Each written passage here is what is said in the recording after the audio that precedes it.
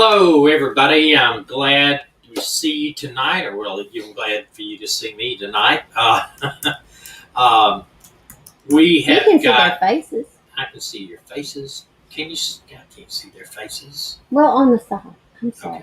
Okay. But anyway, we have. I took a little poll because I got a couple of comments saying, "Hey, that woman in the background, your wife, whatever, is very disruptive." And so I posted a poll. Over 90% of you said no. In fact, a bunch of you said, "How dare you even ask that question?"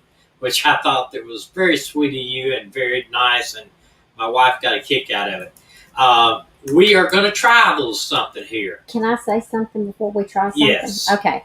Just so everyone knows, I don't want to offend anyone by interrupting, but it's hard sometimes to get Tommy to recognize me. I'm waving my hand and everything, and he won't let me ask y'all's questions. But I was raised with 6 brothers, so if anyone wants to hurt my feelings, they need to tell me a week in advance. Give me time to take my feelings out of my back pocket and put them on my shoulder, because otherwise you can't hurt my feelings. Okay, so we're going to try something. Okay. Oh. And I'm not happy about this. All right, now there is my wife today. She needs more light to her face, I know. So we are trying something here. She is actually right across from me, but I've got all these big lights here, and we just weren't able to get everything the way we want to. Weren't able. So if this works, if y'all like this and this works, I'm going to have to get some light over here behind me to shine that way, because I couldn't, in the limited amount of time that I thought about it, I didn't have it all hooked up. So I'm gonna work on it. What do you think? Do you think this is going to work a little bit? They like my background. They like the background. It was actually the wall, one of our slatted wood walls, but she took it and put some type of thing up there. It's a quilt top. If any of you quilt, I'll send it to you to make me a quilt. I bought it from a lady that brought it into our shop for $15, and it is so pretty. Now, your voice is, I think, a little bit off. Uh-oh. Looks like that you maybe not. I don't know. Thank you so much. I tell you what, honestly, it was just out of 400 or 500 voters, it was like 8 that said, yes, we do think she is very disruptive. And, who knows? I don't know. You can't please everybody, but the majority were very sweet, very loving comments. And we take all of them serious, believe me, because we want to have the best show for you we can. We want to give you the best information we can, and I got something with dog hair or something. But anyway, so we take it all into heart, man. But really, I thought it was so sweet. People say, it upsets me that you'd even ask that question. So honestly, it really, really made my day for sure. We want to get into a few things here, and it's going to cover up her face and mine for a little bit. We are going to discuss basically Runaways tonight and how it affects the total missing children in the United States, and who are a lot of those runaways. And this was actually brought to my attention by a viewer, and which really just shocked me, really did. And I guess when you think about it, it really doesn't. But let me just show a couple. Also, we want to continue to talk about Suzanne Morphew. I'm going to just give you a little tease.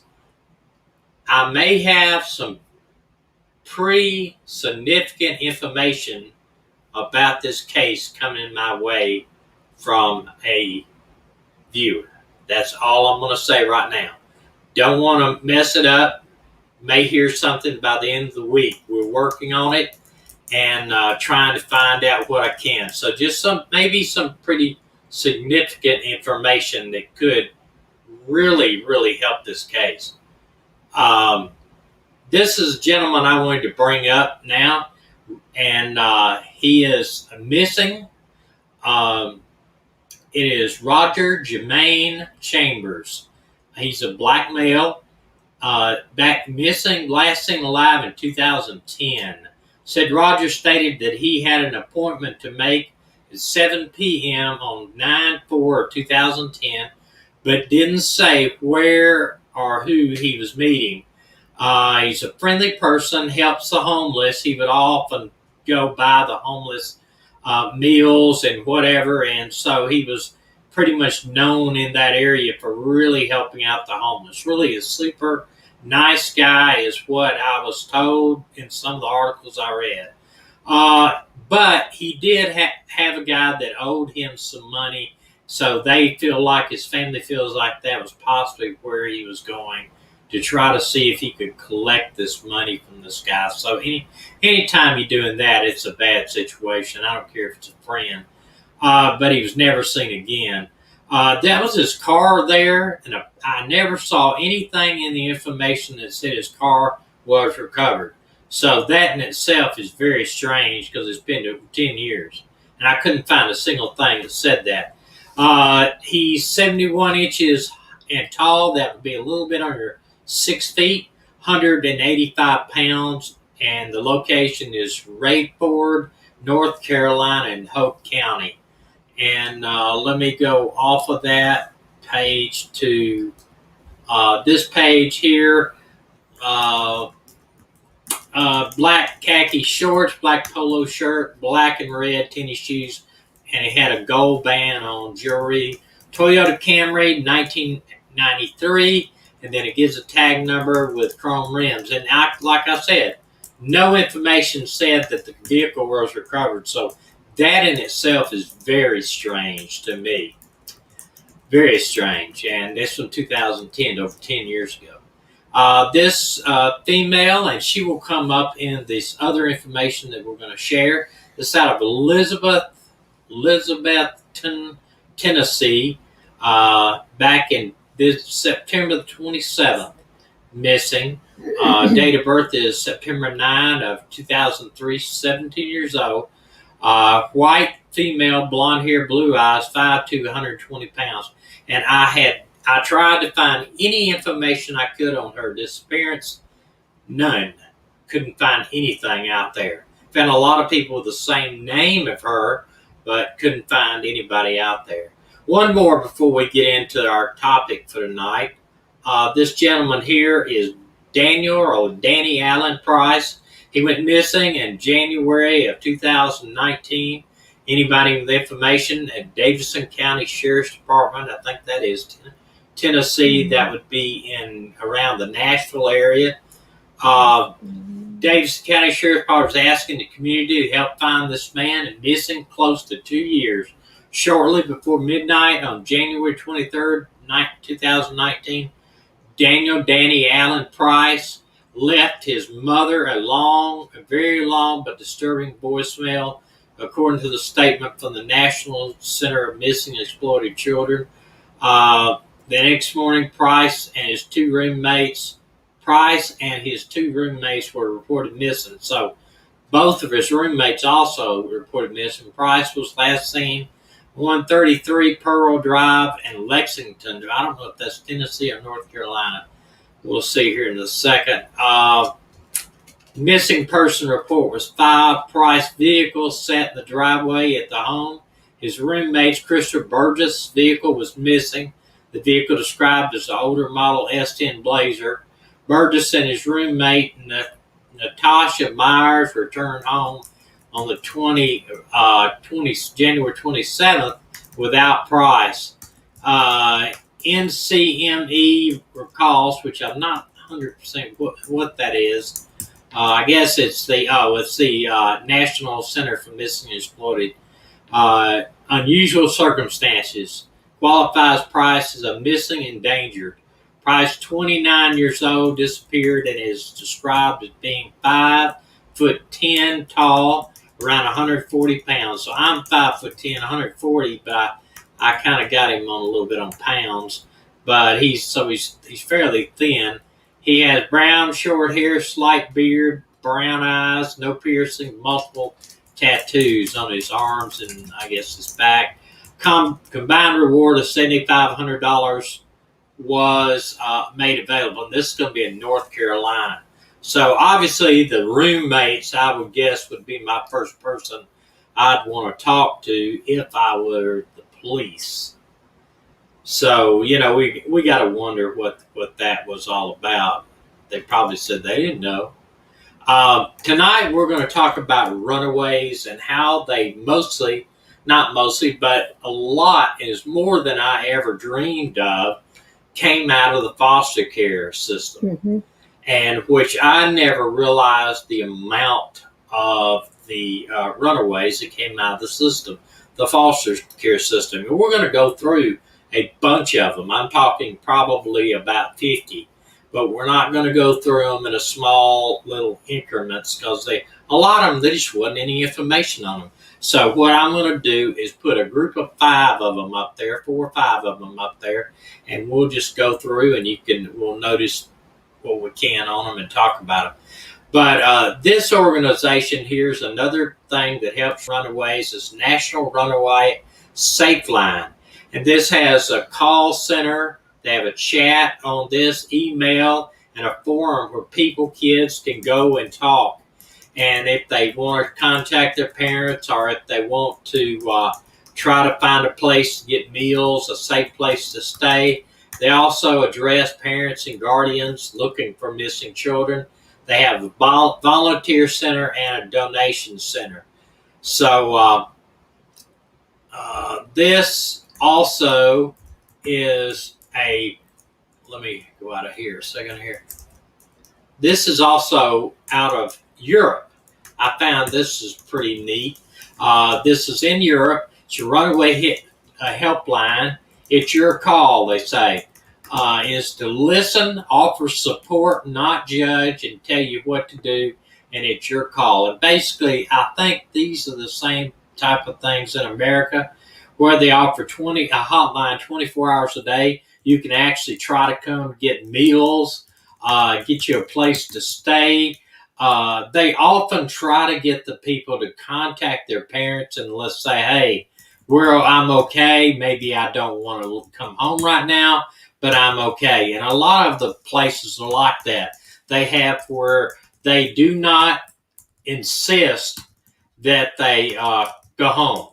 And, a lot of that kind of bothered me for a long time. But what it is, I think it does give people that are on the street and don't want to go home for whatever the reason, maybe verbal abuse, physical abuse, sexual abuse, whatever it is, then these organizations says, look, we're not going to notify your parents and tell them where you're at or call the police. So they feel safe, get a reputation for trying just to help the runaway on the street. Now, they try to say, let us call your parents after you've left, back after you've whatever, to say, hey, you're okay. They're okay. They're alive and they're okay. Did you have a question or anything? No, you got the popcorn popper. Excellent. We're bidding on a small popcorn machine at an auction site. So which is just what we need. Just another thing for the another thing for the house out here. And another thing to eat. Another thing to eat. I know. I know. And this tells a little bit about the foster system too. It says, and I couldn't find any studies done in the last few years, but this still is pretty staggering. Behind the face of every homeless young people is another heartbreaking story. A teenage boy abused by alcoholic parent, a pregnant girl rejected by her guardian, a teenager just trying to escape the gang membership, or her life forced into prostitution. And case after case, the main cause of youth homelessness is physical, sexual, and emotional abuse by parent or guardian. And that's just what we were talking about. And you know what? I hate to think that. I mean, especially in the foster care system, you got kids that are already there for whatever reason. Maybe they're there because their parents died, or maybe they're there before because their parents abused them, or are alcoholics, or in the drug trade, or got into abusive addictions. And then when they get to these foster homes, they come in the same type situation that they left. Not all of them, of course, believe me, not all, but a lot do a lot. Says here in case, let's see what I said. In fact, the homeless are staggering. Homelessness is staggering, but acknowledging the depth of the problem is the first step to fixing it. 57% of homeless kids spend at least one night or one day without food. 57%. In the United States, 20,000 kids are forced into prostitution by human trafficking network every year. I think that's 20,000. Yes, of course. I think that's very low. Yes, of course it's low. It's got to be low because, and let me go off here just a minute. I'll come back. When I was in a larger department before I moved down to my last department, our whole drug unit, it was called organized crime unit, but we worked everything. We worked vice, narcotics, worked everything. And before we became OCB, pretty much, we were in vice narcotics, pretty much. And our job was to work prostitution. We'd work these clubs out here. And a lot of I'd say 99% of prostitutes were, and I know somebody said, oh, you can't call them prostitutes anymore. You got to call them sex trade, the sex trade. Okay. The 99% of the people in the sex trade were drug addicts. 99%. I don't think I ever saw one that was not using narcotics. And because that is a way for them, the pimps and the people that are trafficking them, to control them. If they're the ones that have the drugs and they give them to them for free, then they control them. But if they work for $200 or $100, then they get the money. They don't give them any money. They supply their drugs and their food and their place to live. But you think, well, they're such a nice guy. No, they're actually abusing these people and causing them all kinds of things. And this goes for boys and girls. Boys and girls. According to a study of youth in shelters, nearly 50% report intense conflict or physical harm by a family member as a majority contributing factor to their homelessness. And I would bet that applies in a lot of different things. Said more than 25% of former foster children become homeless within 2 to 4 years of leaving the system. So they're saying even after they get out of the system, like they get out into the age out, okay, the age out of the system, then they become homeless. And I know if I thought about it, I probably would have tried to get a good friend of mine. She lives down at the Gulf Coast, and she her and her sister both were in the foster care system.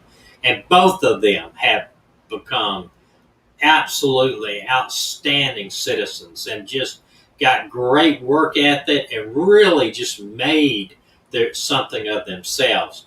But they could tell the story about the foster system because they were in it. And I'm going to try to contact I'm thinking about Bobby. Yeah. And talk to her and see if maybe she could come on sometime and tell us about it, because she could give firsthand knowledge. Let's see. Okay. 50% of adolescents aging out of foster care and juvenile systems will become homeless within 6 months because of unprepared to live independently and have limited education and no social support. Almost 40% of homeless in the United States are under 18. 40%. Wow. That means 4 out of 10 of homeless are under the age of 18. In addition to these heartbreaking statistics, a study issued by the Covenant House Institute revealed that 41% of the Covenant House kids witnessed acts of violence in the home. 36% of the kids indicated someone in the family was using drugs regularly. 19% reported being beaten with an object. 19 reported have endured sexual abuse. And I'm going to tell you, let me get this one banner off of here and see if there's anything right underneath that. Yeah, 15% of the Covenant's house reported that somebody close to them had been murdered. Wow. That's awful. That's 1.5 kids out of 10 have seen actually when somebody close to them had been murdered. 15 out of 100. That is unbelievable. And it said that's why Covenant House works day and night to provide shelter, support, kids who have endured lives of abuse, neglect, homelessness. 2015, they provided services to 51,000 of these kids. Our residential community service centers cared for 29,987 homeless, and the Covenant House Street Outreach team served 21,186 homeless and at-risk kids on the streets, 21 major cities. I know I've heard about Covenant House for homeless and trafficked kids, and they do try to work to get these kids off the street. And, I know you've heard of Boys Town. I remember when I was in narcotics years and years ago, we never had a Boys Town in our city. We were, a city was around 250,000 in the metro area, but we had a lot of shelters, but not too many for youth. And I think this is something that's really kind of grown into existence, and which is a great thing because they do help the kids that are on the street. Now, I'm going to be very honest with you. It took me a lot of years to understand why that these kids were not, the police wasn't called, the parents weren't called, because I was thinking as a parent, I was thinking, the parents need to know about this, the parents. But in fact, if they started doing that, then you would find that you would have mistrust in the community with other kids, and you would have the kids not coming to these places because they know they would be taken into custody or their parents called when the situation they left might have been tragic in itself, like sexual abuse or drug abuse or trafficked or whoever, So they have to just basically let them go. But I think probably they try to keep up with them, and, they try to get them at least to let them notify their parents that they are alive.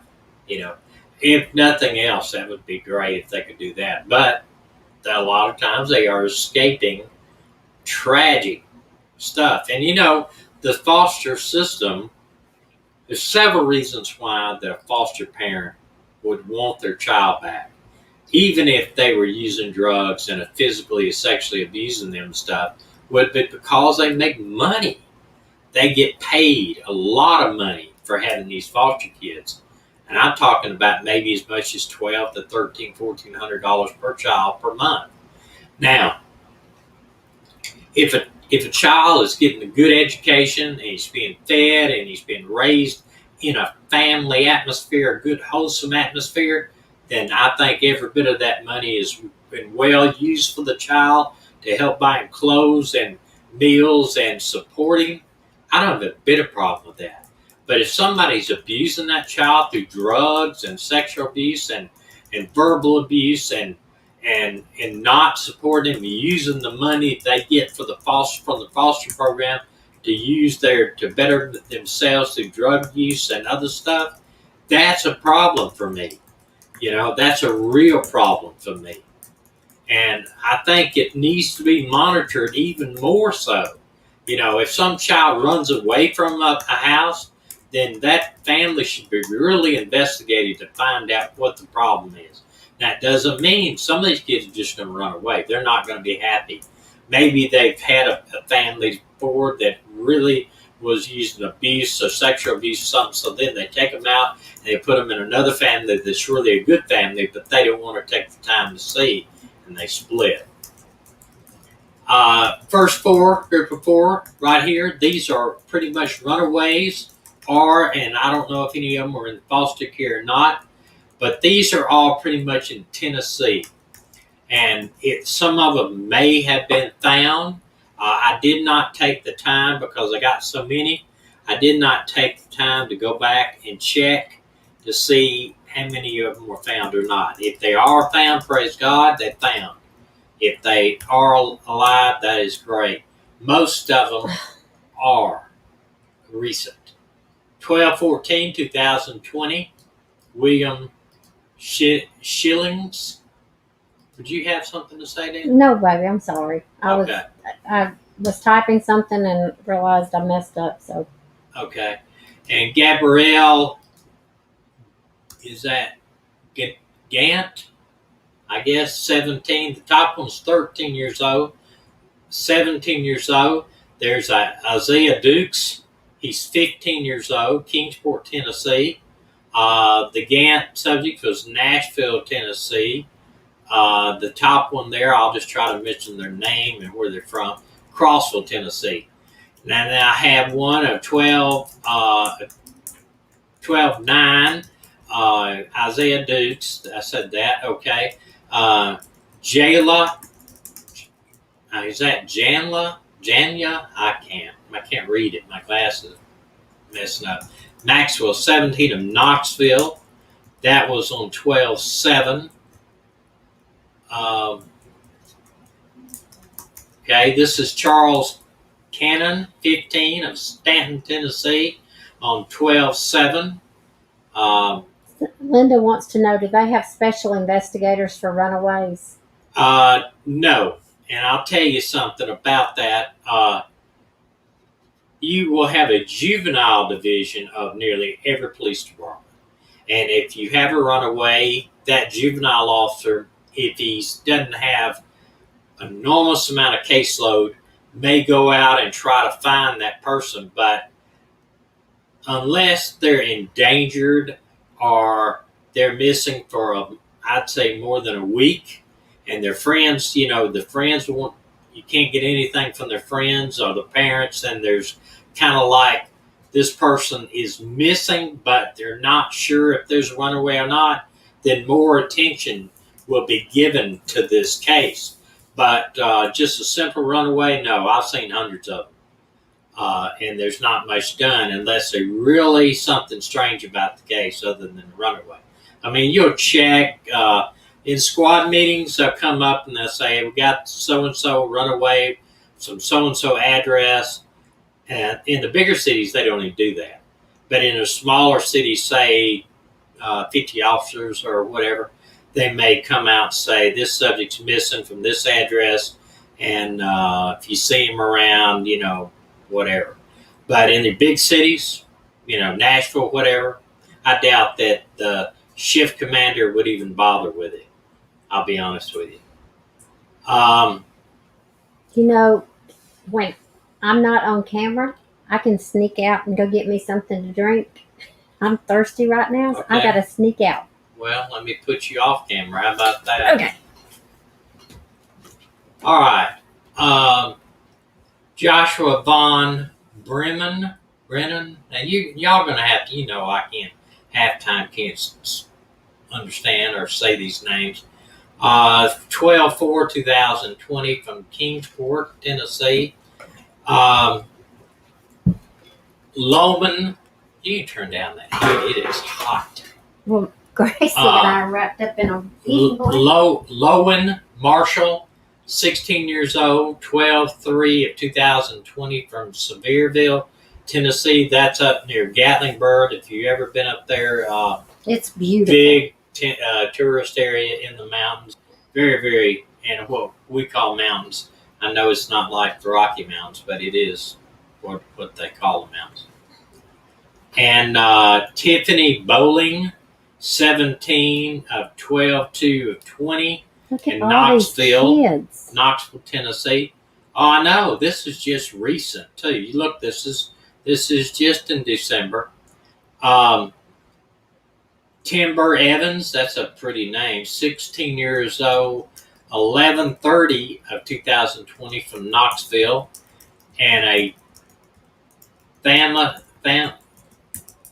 How do you pronounce that name there, Dina? The Which second one? person down. Thomas. Mm-hmm. Clark, 14. He looks older than 14. 11/25, 2020 from Knoxville. And Lathanimus, is that right? Lathanimus Johnson? No, it's a ladder. Ladder? There's no TH in there. It's Latterus? Latherus? Let's just call him Mr. Okay. Johnson. Johnson, 16. Well, he's got a brother. 11. Look underneath it. Okay. Well, both of them are 16 years old, missing from Knoxville on the one, the same day, the 29th. So it would be interesting to know if they were in the foster care system.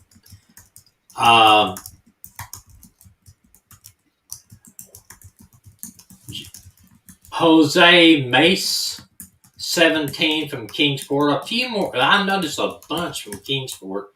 11/19, 2020. 11/17, 2020 is these names. Yusuf. Oh, wait a minute. You looking at the first one? The second. Yusuf.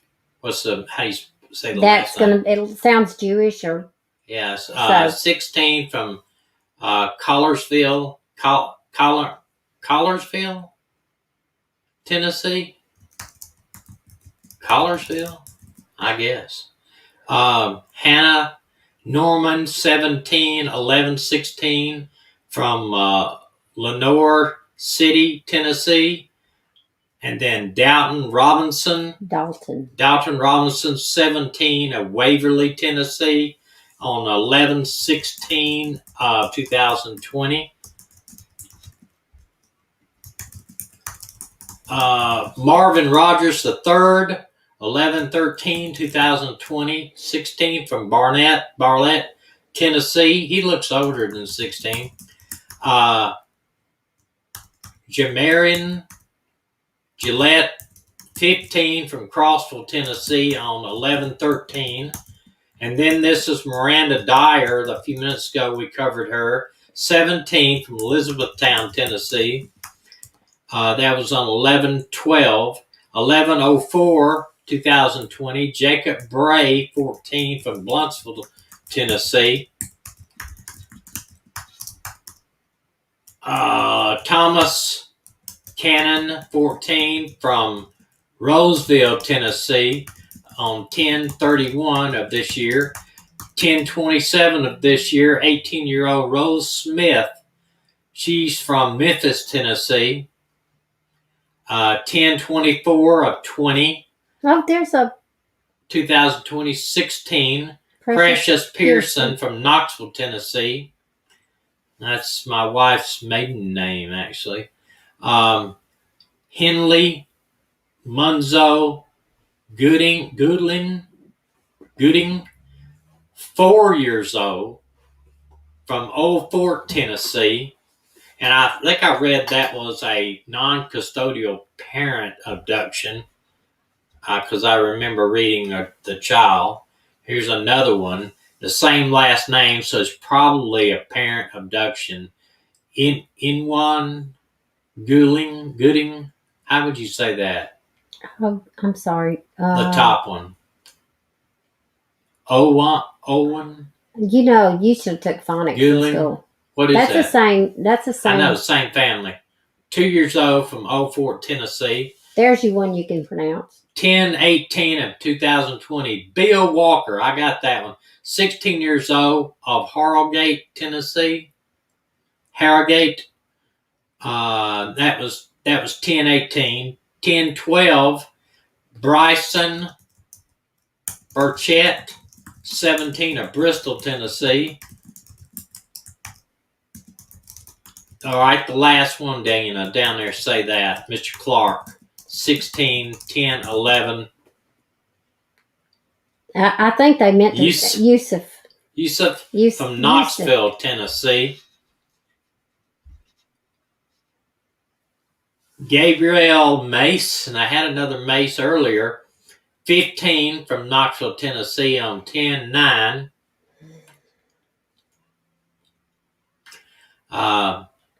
Rebecca Omby, 17 of Verano, Tennessee. Vonroe,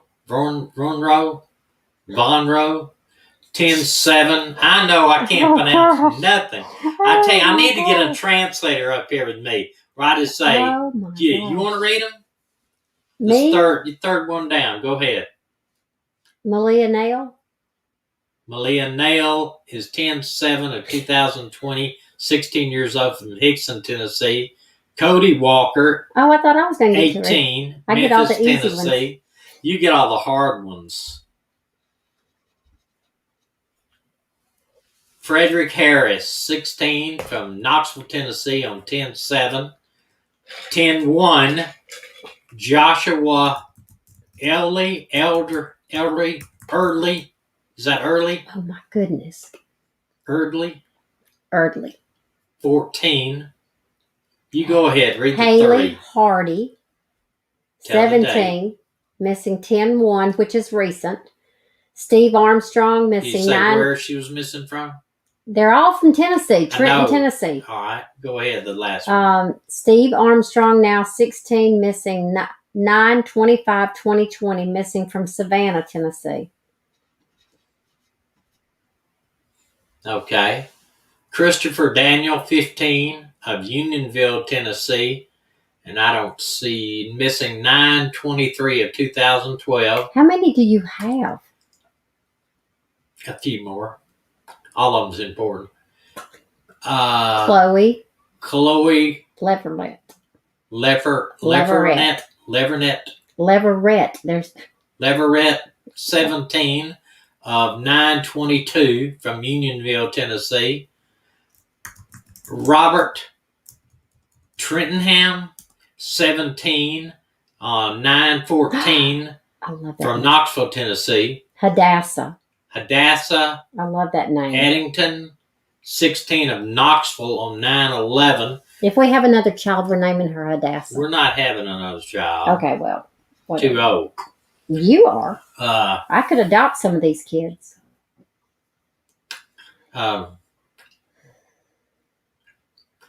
Olivia Hunt, 16, Memphis, Tennessee, on 9/11. These are all missing in the last 6 months. Yes. Gosh. And it went on and on. I could have went on for the last 24 hours. 9/6/2020. Sean Hall, 16, from Lansing, Tennessee.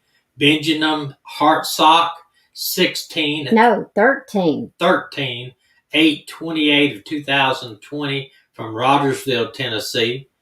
And Stephanie Tales, 14, from Memphis on 8/13 of 2020. And I'm very serious. I could have went on.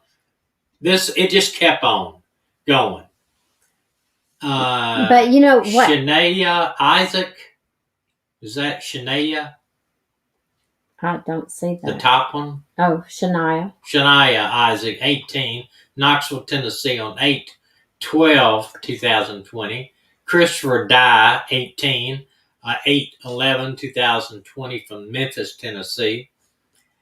Austin Cooley, 17, Dunlap, Tennessee, 8/11. And what is the last one down there? Is that Shania also? Cheyenne. Or Cheyenne? Cheyenne. Okay. Cheyenne Hoffman, 17 of Knoxville on 8/11. And I think I got 4 more.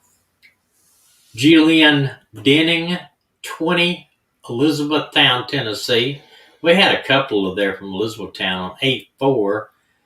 8/3 from Chattanooga, Malik. Malik Taylor, 17. There's another Hadassah. Hadassah Ratliff. 15, from Knoxville on 7/31. And Moses Horner, 17, of Knoxville on 7/30. And honestly, well, I do have a little bit more. I have 3 more.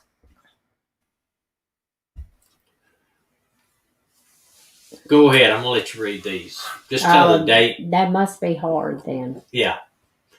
That's not Caitlin. Nice. I don't see it yet. Okay.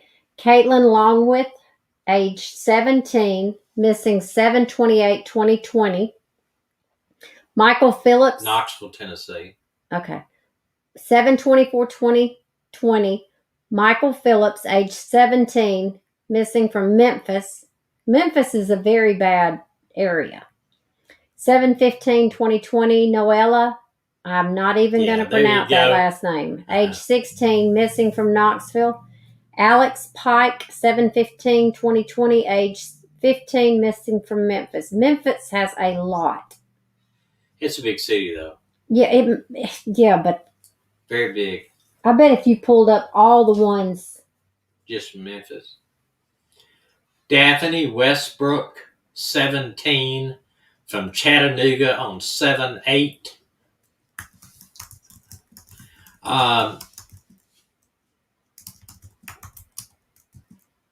Is that EVLLI? I can't. Evie? Yeah, I don't know. Eli, or Evil? It's Evil Eye. Lopez. No, I bet it's not. Costello, 16, from Cleveland, Tennessee on 7/7. Marquise Jordan, 15, 6/25. Ty Brulison, 18, of Dowtown,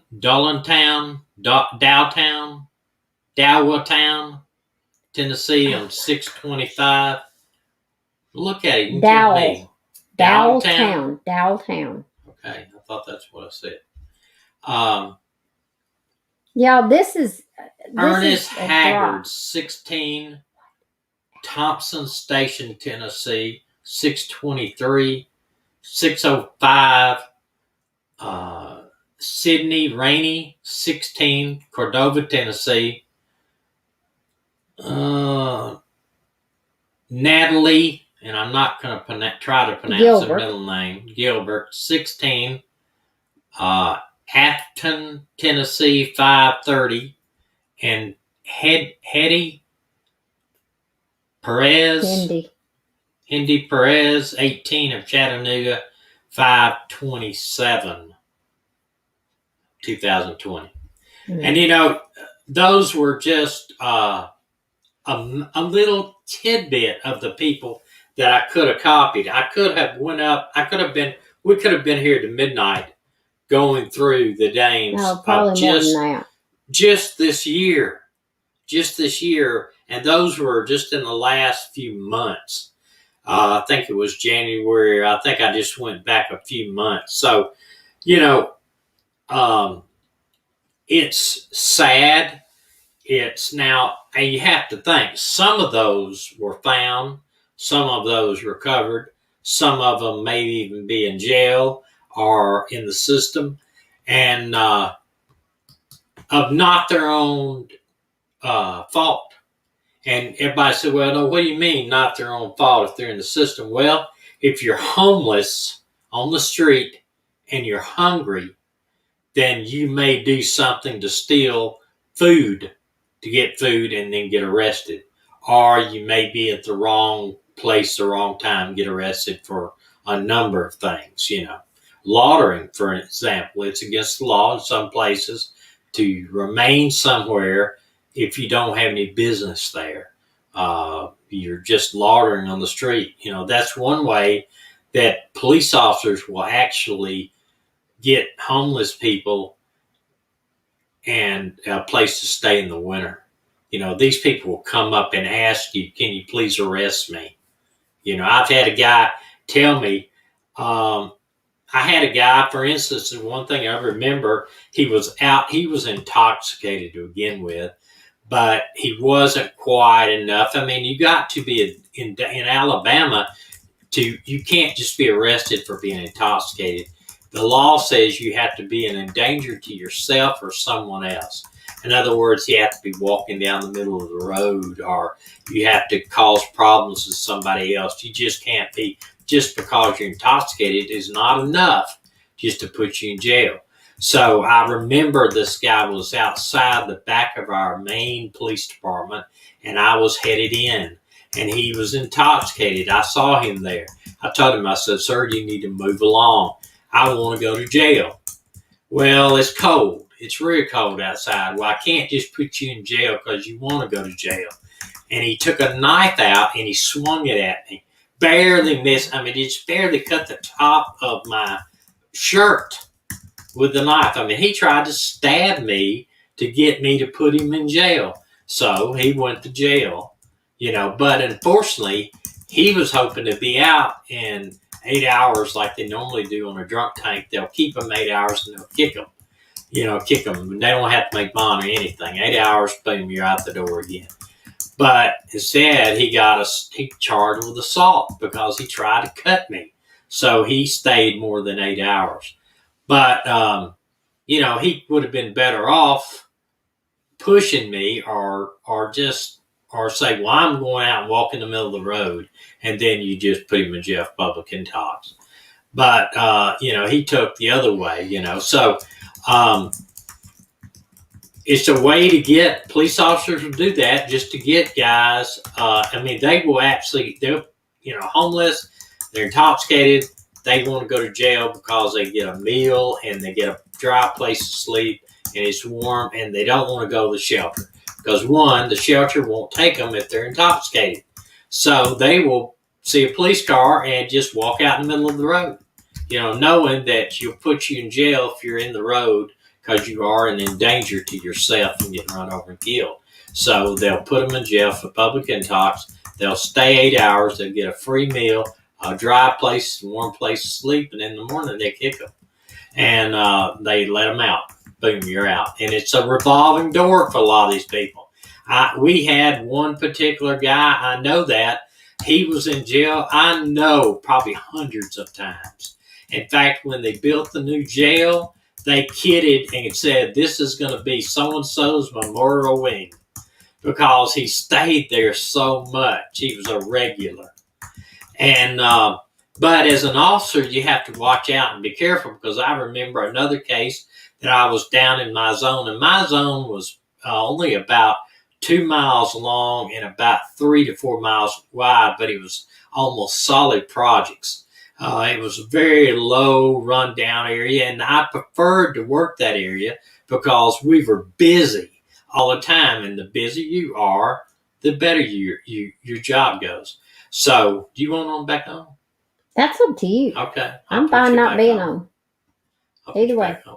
And I can't make faces at you. Yeah, I wish this thing was a little bit lighter for you. We'll work I'm on okay. that. I'm okay. We'll work on and maybe that. It looks like I got a tan. We'll work on that. Okay, stop. Now you're gonna make me. Oh Lord. I don't know. I can't get it right. But I stopped this guy. Never had a bit of problem with him in the past. Never had nothing. And he was intoxicated, walking down the side of the road. And I was telling him, I said, "You're under arrest, public intox." Never had a single problem with this guy. Went to cuff him. Normally, we starts fighting.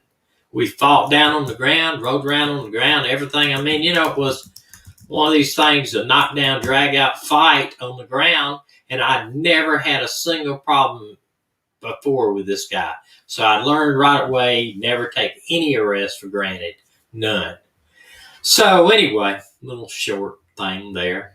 But, so a lot of these kids, unfortunately, these were primarily kids. A couple of them in there 18 years old, but for the most part, they were all kids. Now, we are going to try to end this thing at 1 hour, but I'll tell you why I want to. Because Dusty Draper has got a thing on tonight covering on the Susan Morphew case. Some pretty good information, and I want to give him a chance to get it all out there. I listened to their last broadcast, and he was talking about the 3-2-1 broadcast that he's going to do tonight. I think it is. Y'all tell me, is it tonight or tomorrow night? And somebody tell me if it's tonight or tomorrow night. It may be tomorrow night. I'm thinking about. Does he have it on tonight or tomorrow night? Somebody tell me if Dusty's on tonight or tomorrow night. Great. Tell Jax I said hello and thank you. He's got a very sweet mom and dad. Yeah, he does. Very, very smart. Does anybody can tell me if Dusty's on today or tonight or tomorrow night? Does anybody know?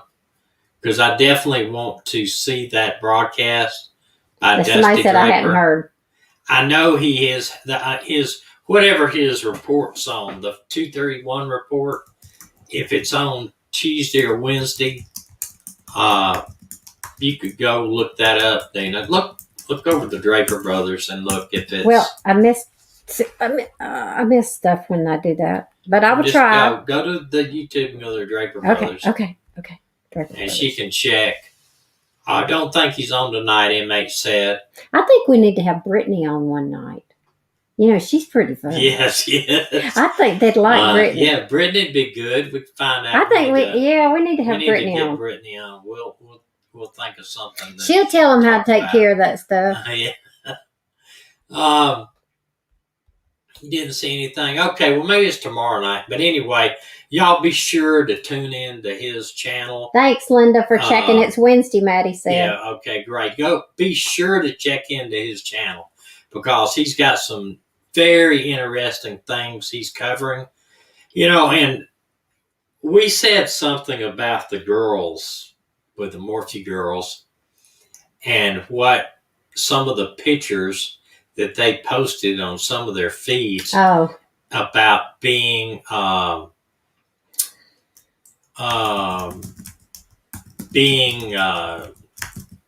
grieving, a different way of grieving. And now my wife, she did say everybody grieves different. And I agree, everybody grieves different. You have a loss. I mean, I remember when my mom died, I was devastated because it was sudden, it was not expected, and I was devastated. And when my dad died, even though he had been ill for a while, it was still not expected, and I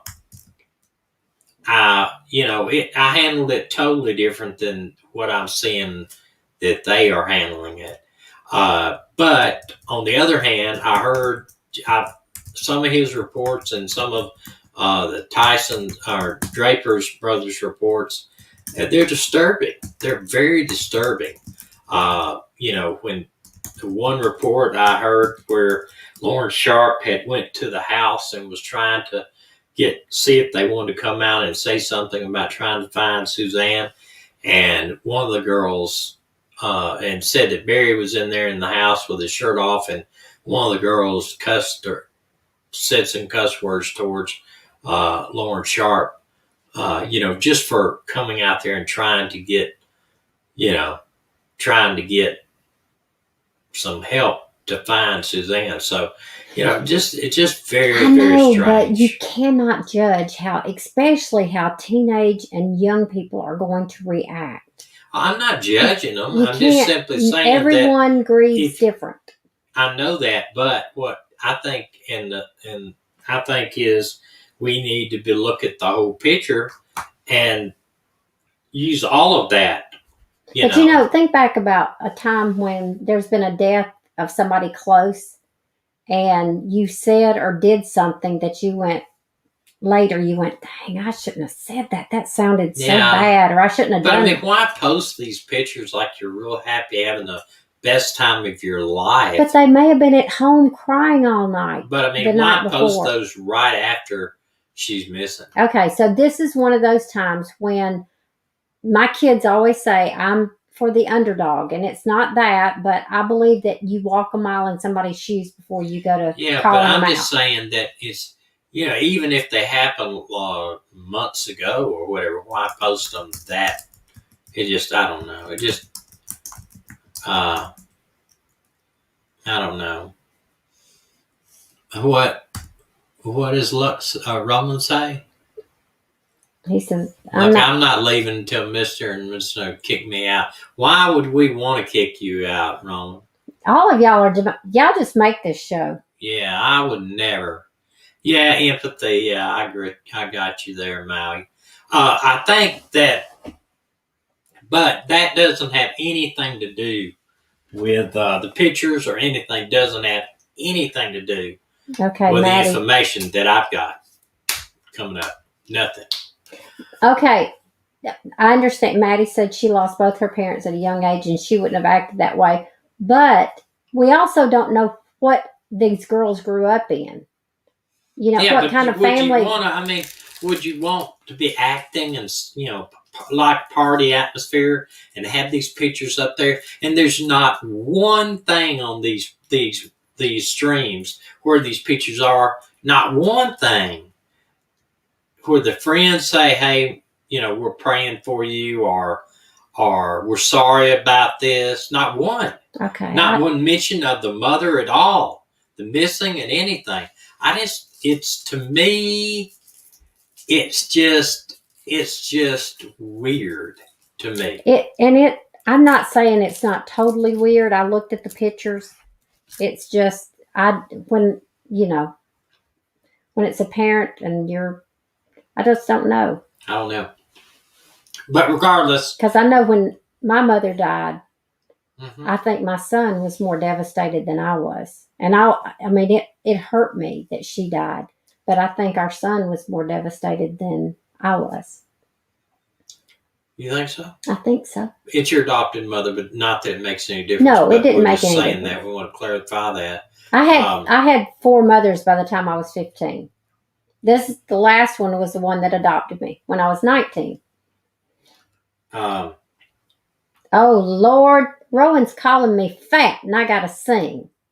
No. I think that's what he said. No, he said, I'm not leaving to the fat lady. Well, there ain't but one lady on the screen unless he's...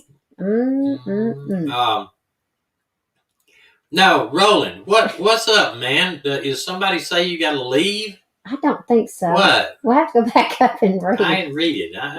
I'm confused. The whole Morphe thing is fishy, Juke. I agree. Yeah, I agree. And what I think too, well, I'm not going to get into it. I've got some information that may come to light. We'll have to see how it goes. I can't wait to go back and read all these comments that we're missing because y'all are having a field day. Whoops. Y'all are having fun. Y'all were about to hear my son sing. How about that? I had to cut him off. Yeah, because you might get a copyright strike. Ew. Someday we're going to let you hear all of his stuff. Yeah, pray for him. He's still in Nashville. Yeah, things. I understand, Rowan. Hey, listen, like I said, if you're going to hurt my feelings, give me a week's notice because I was raised with 6 brothers that were constantly telling me things that they shouldn't tell me. You shouldn't say to girls, but anyway. Yeah, we're fat and stuff like that. What I'll have to do with my son is I'll have to get him to give us a something that's not going to get a copyright strike on him because his music is copyrighted. I don't think the song that I like is copyrighted. Which one? Can't Get Enough. No, but you don't like that. It may be. I like but it. That song, that one right there is, I know. And he's got a bunch of stuff coming out after the first of the year, and so we just got to kind of watch what we put out there right now. Yeah, they said the first of the year. I meant to tell you, I'm sorry. Yeah, well, wait a minute. One thing is my wife does, she talks to her kids, our kids, both of our kids, and she learns all this information. I think I tell you. And sometimes thank you, Miss Kate, I appreciate that, for letting us know on that. But we do want to support Dusty. He's a real good guy, and he's really doing a good job at what he does. And we do want to support him. What did they? Can anything you tell me? No, everything's going to start around January 1st. That's all I'm going to tell you. Well, you got to tell me later, though. That's all I can tell you. That's what he said. Okay, but anyway, yeah, we'll have some great news about our son. Apparently, that things look like they are moving in the positive direction. Although, he's had basically a songwriting deal up in Nashville for last year, where he's writes music.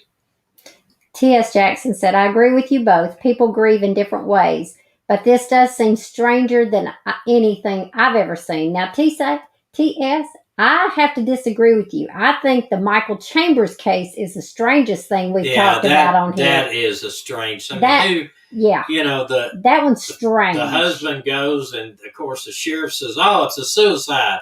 You jump off a bridge, it's 8 feet from the water and kill yourself. That is crazy. It's insane. Yeah. I would actually question the sheriff to his face about that. That's absolutely crazy. And then also the fact that the wife goes out and starts selling all of his classic cars and cancels his phone. Just crazy kind of stuff. That is just bizarre. It's absolutely bizarre. And I believe that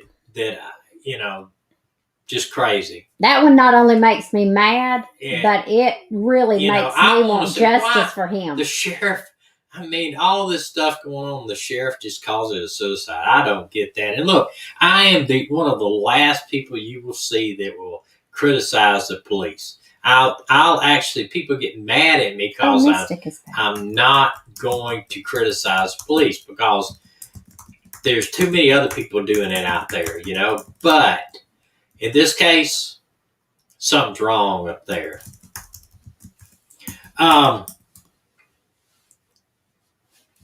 Yes, I miss seeing Mystic too. I haven't seen her in a while. Unless she's just been hiding on here. So I mentioned about our son. Yes, it's great. He's been doing his thing in Nashville for the past year. He totally has written about 300 songs. He used to sing Christian music, and now he's moved to country music. So he is very talented, and things are really looking up for him, for sure.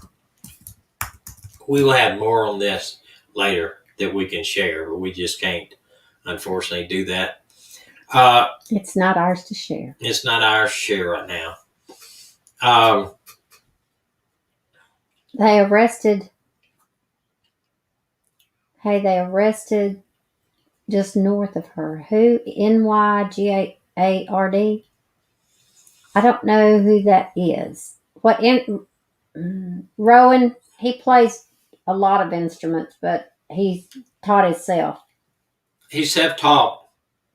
Plays the... who is Mystic Firefly talking about? Guitar, piano, stuff like that. I don't think... the clothes... No. Somebody said clothes designer. Oh, yeah. I remember reading about that case. Okay, yeah. fashion designer. I did, fashion designer. I totally missed that one. Publicize the case on the air.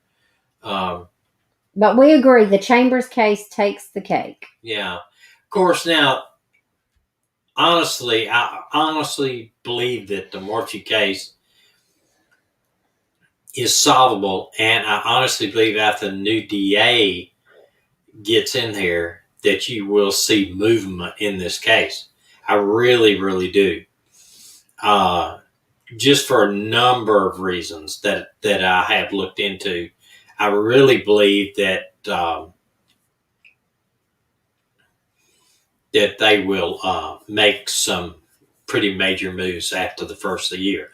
Now, I wouldn't expect it first couple of weeks of the year because just moving into that office and getting your team together and getting everything to set down, it's going to take her a little bit to get everything out, to get your people in, investigators in, various things like that.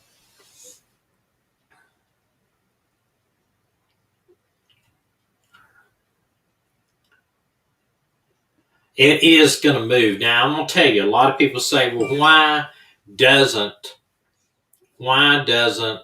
the Morphew case, why are we hearing something? Why aren't the police saying something? Police are not going to put out much information because right now they don't have somebody in that DA's office that is going to do that. You're not going to see a DA in the last few months of their office to go out here and start some big investigation or charge somebody and leave it for the next person. They're not going to do it, especially because this person now is going to go into private practice as a, Gracie is crying down here in her sleep. Like a private practice as a lawyer. So why would they do that? So I expect something to happen in January or February, towards the end of January or February, that we'll see some movement. First of the year, no, because even if they go in there for the first few weeks, they're going to try to get the office, figured out who what does what, and look at all the different cases they've got, because there's a lot of other counties in her jurisdiction that have said, we got a problem in this county with missing people or murdered people. So they're going to have their hands full, that's for sure. I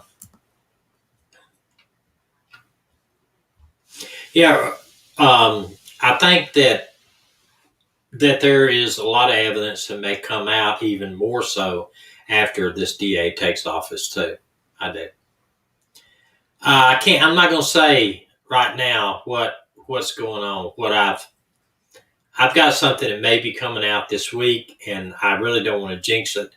So I'm going to wait and see if the information is good, and I'm just not going to say anything right now. I'm not prepared to say anything at all until the end of the week. I hope by Friday, if everything works out right.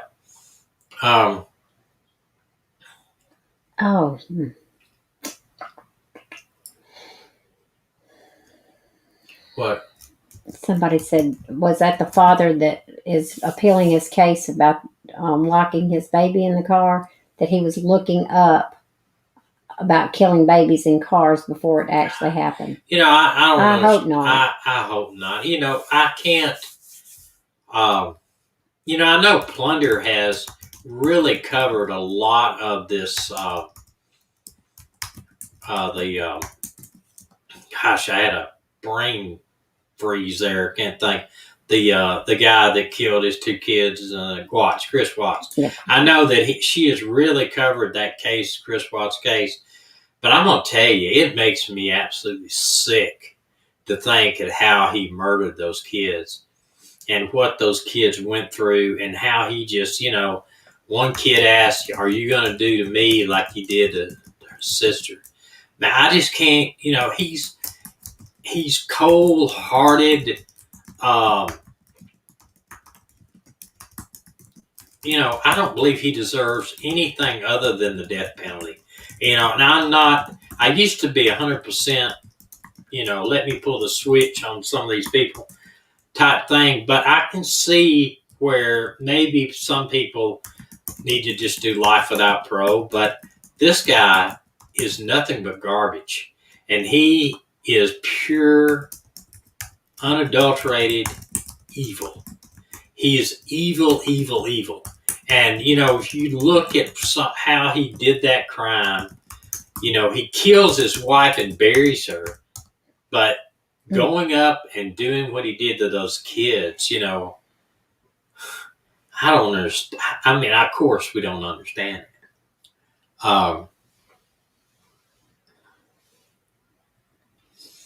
But tell them what today is. I am in a few minutes. Okay. Tell. But I just can't understand how anybody can. It's a special day. Yes, anybody can do that to anyone, but kids especially, because they're pure and innocent, total innocent.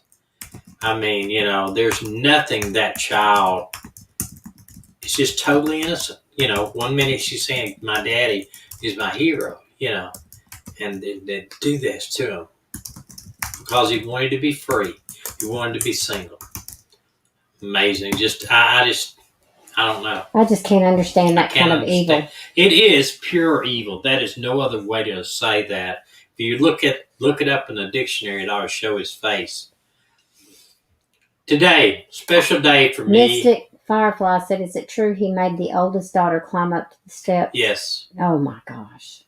He made the oldest daughter climb up the stairs before he killed her, and I'm wondering if he killed her before he put her in there, or he put her in there and let her drown, which is something is just nightmarish to think about.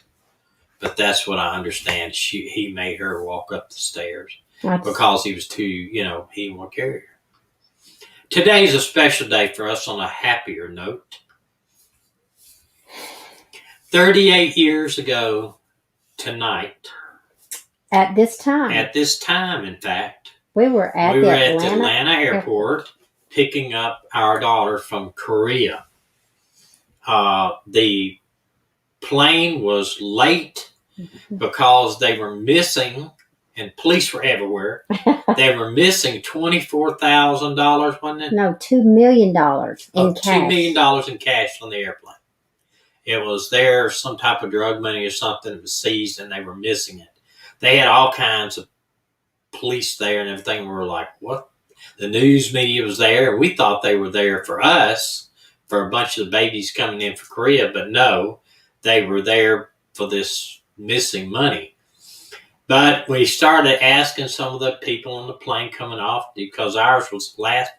They waited the last to take the kids off, and one of them said, people were coming off saying, "There's the cutest baby on there." Every time they would try to feed a bottle to the other baby, this one would pinch the baby, make it cry, and then steal the bottle. And guess who it was? It was my ours. Baby. This is a picture of my wife and Mindy when she was the baby. She was what there? Somebody wants to know where you heard that about the going up the steps. I read it today, actually. That was within the first 6 months of us getting her. Yeah, Isn't she a beautiful baby? Gosh, I love that girl. Yeah, this was my wife. She's, of course, beautiful then, beautiful now. But this is a picture of her and my and Mindy. And, funny thing is, she slept the first night totally.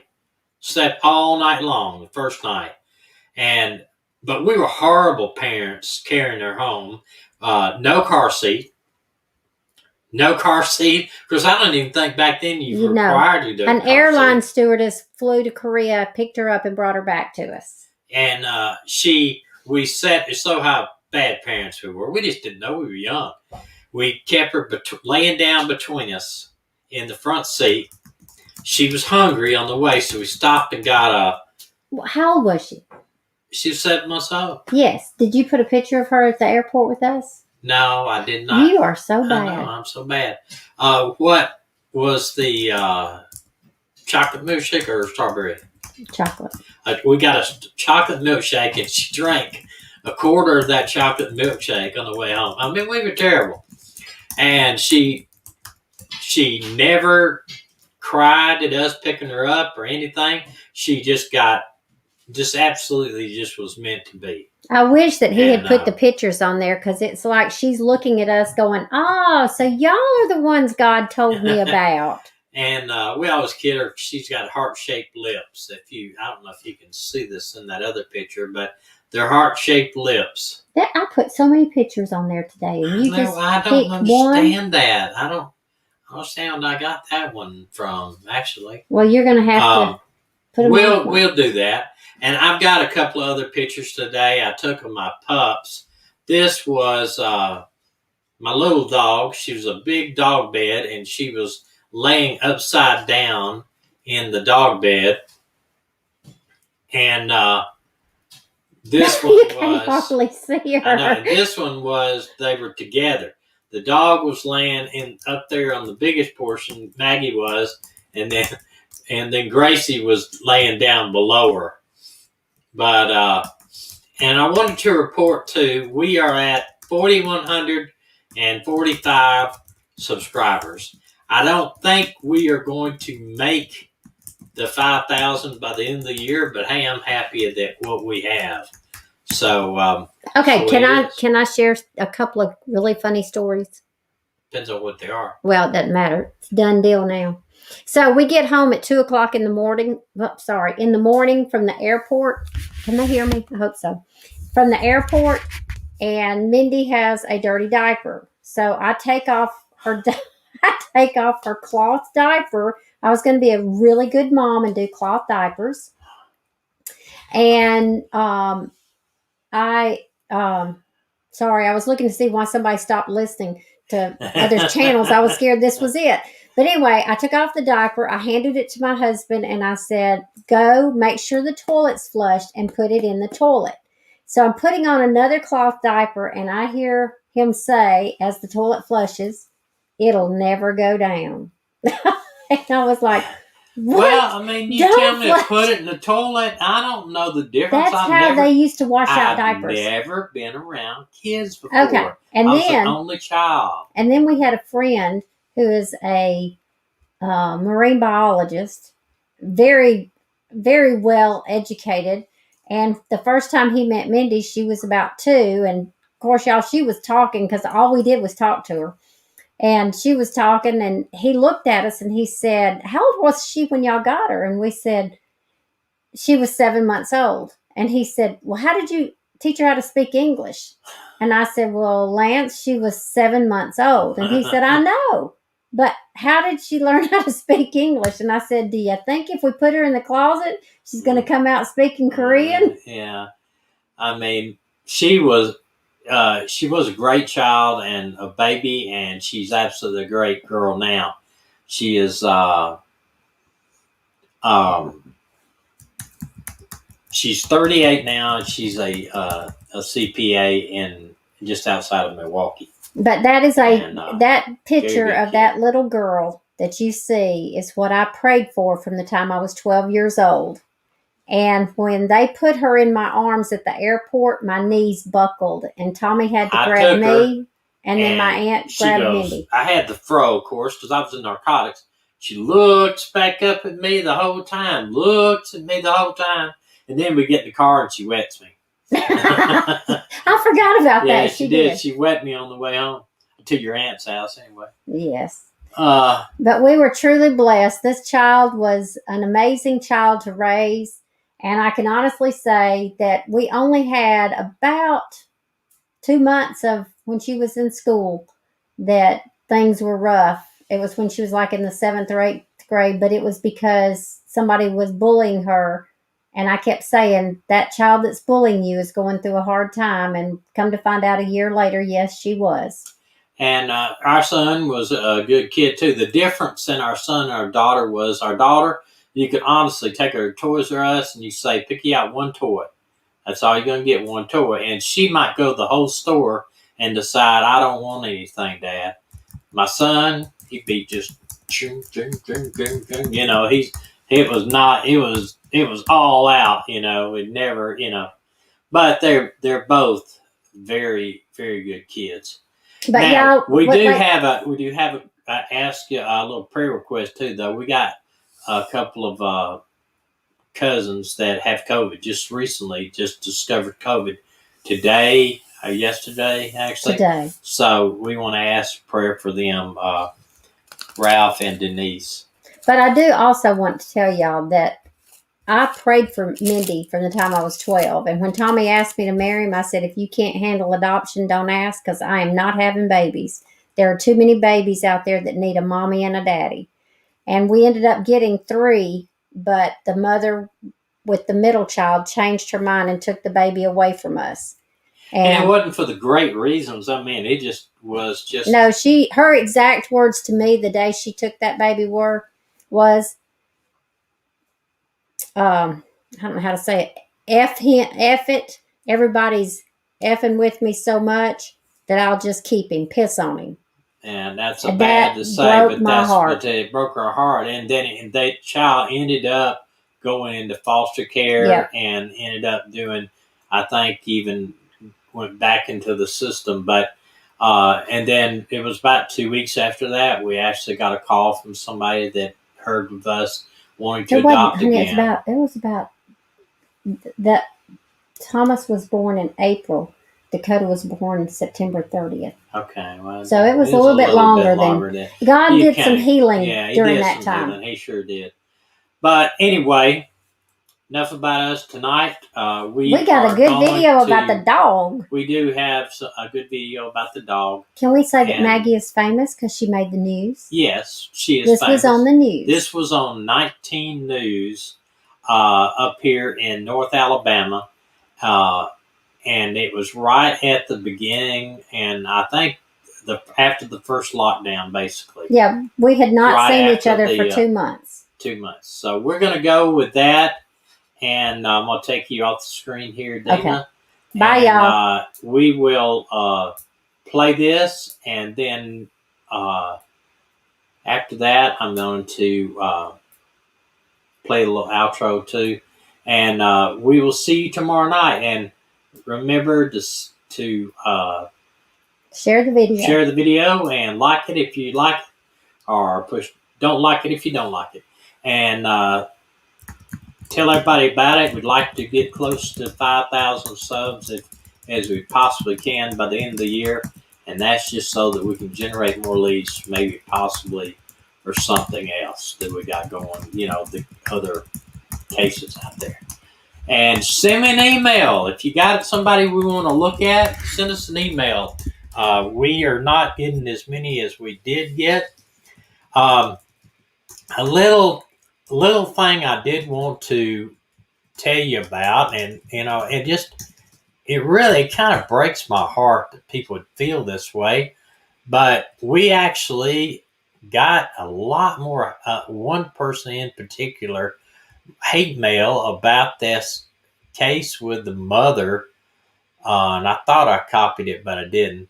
The mother, the guy that came on about the child missing, the Michaela child that was missing, and the guy that came on that said that he was the father, which I'm very honest with you, I don't know if he is or not now after everything I've seen, but he gave me enough indication that he was. But I've got off this email. In fact, I left it up. I think it's just a comment. Actually said that we were rude to the mother and rude to I mean, it was just awful. And I don't, I try not to be rude to anybody. And if I am, please call me out on it, because I don't want to be that way. I don't, life's too short to really to act that way towards anybody. Now, not unless they really deserve it, and I've met some people that really deserve it. They're mean to children and women and stuff like that. Okay, gonna play this out and outro, and let me know in the emails and the comments, especially if it was a good thing to have Dina on. If she needs more light, I know, but if it's a good thing to have my wife there in the side of me, if it's easier to understand her and easier to be on camera, or whatever, if you like it better. This is our dogs. I'm gonna lead out with this, and it doesn't have music with it or anything, but you will hear Medina in the background talking. Yeah, and sorry about that. This was on the news.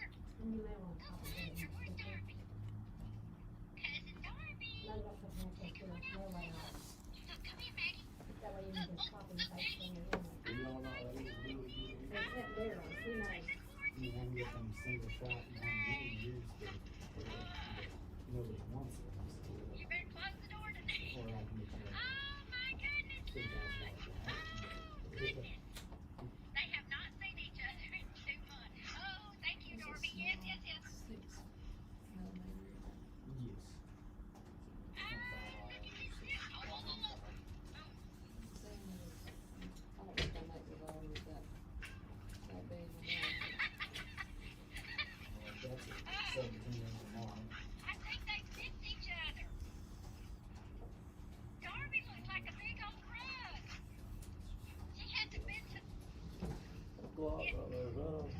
Yes, sir. That's a 9. That's 9. She's got a,